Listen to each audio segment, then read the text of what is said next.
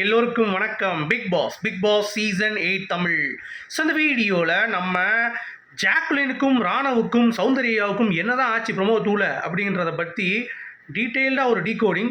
அது மட்டும் இல்லாமல் பவித்ராவுக்கும் சௌந்தர்யாவுக்கும் ஒரு மிகப்பெரிய ஒரு பிரச்சனை, அதை பற்றியும் நம்ம வந்து பேச போகிறோம். ஸோ வீடியோக்குள்ளே போகிறதுக்கு முன்னாடி சேனலுக்கு புதுசாக இருந்தீங்கன்னா கண்டிப்பாக சப்ஸ்கிரைப் பண்ணிக்கோங்க, வீடியோ மறக்காமல் ஒரு லைக் பண்ணிக்கோங்க. இப்போ நம்ம வீடியோக்குள்ளே போகலாம். ஸோ பிக் பாஸில் நான் முதல்லே சொன்னேன், டாஸ்க்கை பயங்கரமாக கொடுக்கணும்.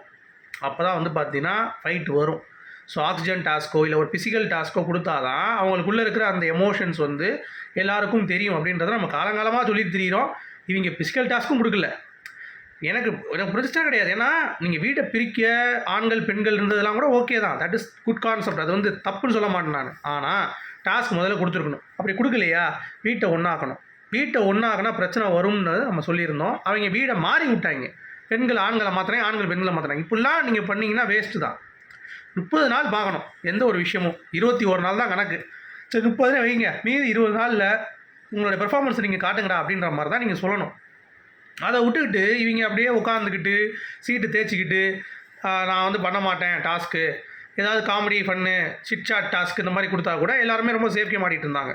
அதுவும் பிக் பாஸ் வந்து சரித்திரத்திலேயே 2வது வாரம்லாம் ரியல் ஃபேக்லாம் கொடுத்ததே கிடையாது. சரியா, ரியல் ஃபேக்னால் 70 நாள் கொடுப்பாங்க. விஷப்பூச்சி, விஷ பாட்டில் அப்படின்னு சொல்லிட்டு நமத்து போன பட்டாசு எல்லா டாஸ்க்கும் கொடுத்து பார்த்தாச்சு பிக் பாஸ், பிசிக்கல் டாஸ்க்கு தவிர. அப்புறம் யோசிச்சாங்க, சரி ஓகே இந்த வட்டம் பிசிக்கல் டாஸ்க் கொடுப்போம்னு சொல்லிட்டு இறங்கிட்டாங்க. முதல் தடவையாக ஒரு அற்புதமான ஒரு டாஸ்க் வந்து கொடுக்குறாங்க. கொடுத்தோடனே பயங்கர பிரச்சனை வருது. ஓகேவா. ஸோ காலையில் ஒரு டாஸ்க் நடந்துச்சுல, பப்பட் மாஸ்டர்ஸ் அப்படின்னு சொல்லிட்டு, அதில் வந்து சௌந்தர்யா கொஞ்சம் ஓவர் தான். ஏன்னா பவித்ரா வந்து at least she is trying to open up. Soundarya மாதிரி அது தப்புன்னு தெரிஞ்சும் அடிமையாக இருக்கல அவங்க. பவி வந்து நேற்று தீபக்கிட்ட போய் ஓப்பனாக பேசுகிறாங்க. இந்த மாதிரி இது வந்து எனக்கு தப்பாக படுது, ஹிட்லர் ஆட்சி மாதிரி இருக்குது, ஹாஸ்டல் மாதிரி இருக்குது, வார்டன் மாதிரி இருக்குது, நாங்கள் ஒரு இது வைக்கிறது எங்களுக்கு தப்பாக தெரியுது, ஃப்ரிட்ஜெல்லாம் வந்து பார்த்தீங்கன்னா போய் க்ளோஸ் பண்ணி ஓப்பன் பண்ணுறதுக்குலாம் பெர்மிஷன்லாம் ரொம்ப ஓவராக இருக்குது அப்படின்ற மாதிரி அது ஓப்பனாக அந்த பொண்ணு பேசுது. அப்போ தீபக் வந்து சொல்லிட்டா, நாளைக்கு நம்ம டிஸ்கஷனில் பேசுவோம்னு சொல்லிட்டாரு. So it is addressed, not like Soundarya not telling and going under the puppet of Deepak. அந்த மாதிரி இல்லை. சரியா, பவி பொறுத்த வரைக்கும் பவி ஸ்டாண்ட் வந்து ரொம்ப சிம்பிள். ஆனால் சௌந்தர்யா வந்து பார்த்தீங்கன்னா அந்த பப்பட் இதில் வந்து தீபக்கு பப்பட்டா நாங்கள் இருக்கோம்னு சொல்லிட்டு நான், ரஞ்சித்து, அப்புறம் வந்து பவின்னு சொல்லிட்டாங்க. ஸோ அது வந்து 12 பேர் முன்னாடி சொன்னது பவிக்கு கோவம் வந்துருச்சு. அதை போய் கேட்குறாங்க. தன் உரிமைக்காக தான் வந்து போராட வேண்டும்.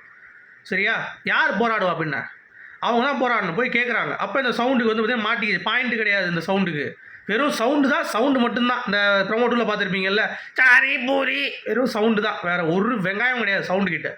கேட்டால் ரியலாக இருக்குது ஃபேக்காக இருக்குன்னு சொல்லி உருட்டிகிட்டு இருப்பாங்க. அதெல்லாம் நீங்கள் விட்டுருங்க. சரியா, இதில் என்ன ஒரு ஃபன்னுனா, அது கேட்க கேட்க பதிலே இல்லை இந்த அம்மாட்ட. நீ அப்போ அங்கே பேசுனது, நீ அதுக்கு பேசுனது அப்படி இப்படிங்குது. நான் தான் தெளிவாக சொல்லிட்டேன். இத்தனைக்கும் சௌந்தர்யாட்ட டிஸ்கஸ் பண்ணியிருக்கு. சரியா, அந்த இஷ்யூவையும் அட்ரஸ் பண்ணணும்னு சொல்லி தீபக் கேட்டதுனால தான் பவித்ரா வந்து அந்த கையை தூக்கி ஃபஸ்ட்டு ஆளாக முதல்ல ஒரு குரல் கொடுக்குறாங்க தீபக் எதிராக. அப்படின்னா அந்த பொண்ணு தான் கொடுக்குது.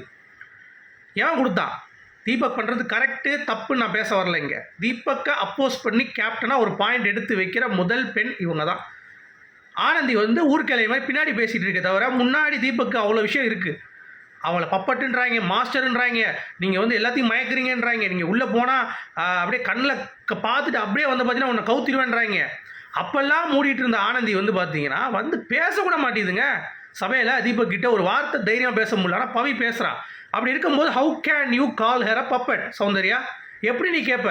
அது தவறு இல்லையா?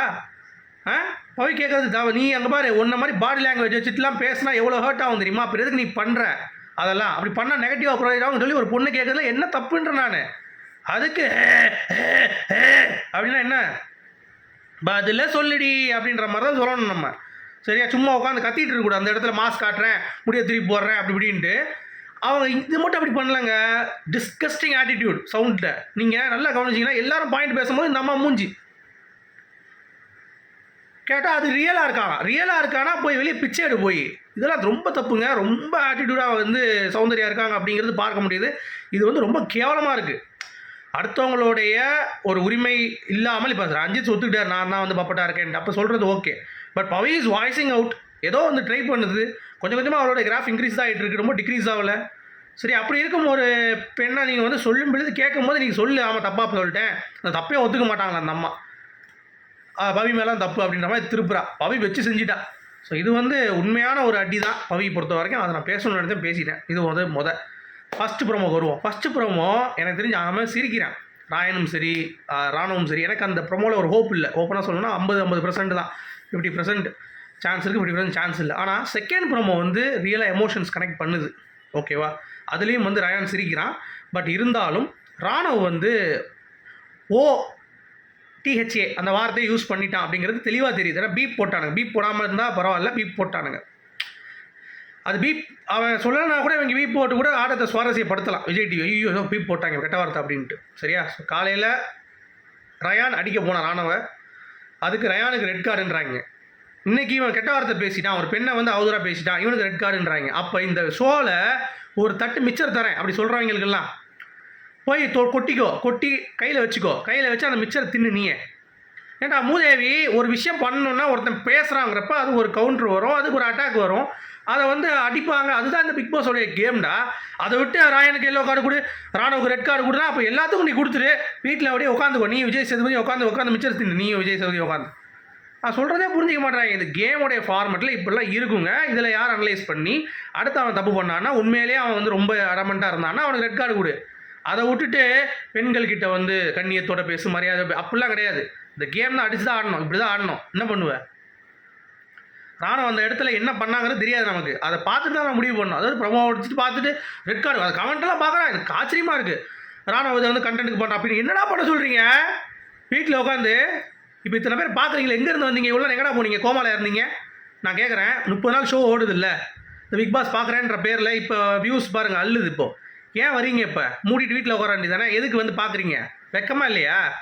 ஒருத்தர் அப்படி சண்டை போடுறதானே பார்க்குறீங்க, அப்புறம் என்ன எம்முக்கு அந்த கமெண்ட்டு ரெட் கார்டை கொடு எல்லோ கார்டை கொடுன்ட்டு மூடிட்டு இருக்கடா. உட்காந்து ஒரு கண்டென்ட் வந்தால் ரசிங்கடா.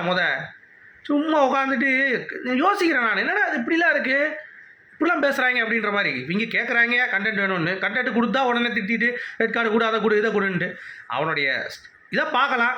அங்கே சௌந்தர்யா கத்துறாங்களாம், மஜாரி மாதிரி கத்துறாங்க, எப்படி அது கத்தலாம், டிஸ்கஸ்டிங்காக இருக்குது. அவங்க இப்படி என்ன பண்ண சொல்கிறீங்க பின்ன? ஜாக்லினா பேசிட்டாங்க, சௌந்தர்யா உள்ளே வந்து சலங்க கட்டி ஆடுறான்.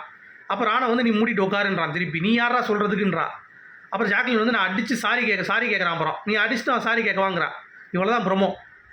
இதில் இவ்வளவு காம்ப்ளிகேஷன்ஸ், சரிங்களா. அது அவன் தப்பா இவன் தப்பா, இப்போயே வந்து பார்த்தீங்கன்னா பகவான் பண்ணுறது வேறு, அது ரைட்டு. ஆனால் ரெட் கார்டை கொடு, அவளுக்கு வந்து சௌந்தர்யாவுக்கு எல்லோ கார்டை கொடுன்றாங்க. சௌந்தர்யாவுக்கு இருக்கிற எல்லோ கார்டு அட பாவிகள் அப்படின்ற மாதிரி தான் இருந்துச்சு. ஸோ நிஜமாகவே அவர் வந்து கெட்ட வார்த்தை யூஸ் பண்ணியிருந்தால் அது தவறு தான். அது ஃப்ரீக்வெண்ட்டாக யூஸ் பண்ணுறாரா இல்லை என்ன அப்படிங்கிறத பற்றி பார்ப்போம், பார்த்துட்டு நம்ம பேசலாம். இப்போ தான் டாஸ்க் ஆரம்பிப்போம்னு நினைக்கிறேன், பார்த்து நான் அதுக்கு அப்டேட் தரேன். ஸோ உங்களுடைய கருத்துக்கள் சொல்லுங்கள். கண்டென்ட் வந்து என்ஜாய் பண்ணுங்கள், அவ்வளோதான். ரேதர் தேன் அப்புறம் வந்து நீங்கள் வரவே கூடாது, இந்த கண்டென்ட்டுக்கு வெயிட் பண்ணக்கூடாது. 30 நாள் இருந்தீங்களா அதே மாதிரி கோமாவில் இருந்துருங்கன்றேன். எதுக்கு வந்து பார்க்குறீங்க அப்படிங்கிறத என்னுடைய ஆடியன்ஸ்க்கு என்னுடைய கேள்வி. சரியா. I may be harsh, but இதுதான் reality. You can accept the ground ரியாலிட்டின்னு சொல்லிட்டு இந்த வீடியோ நான் முடிக்கிறேன். Good by.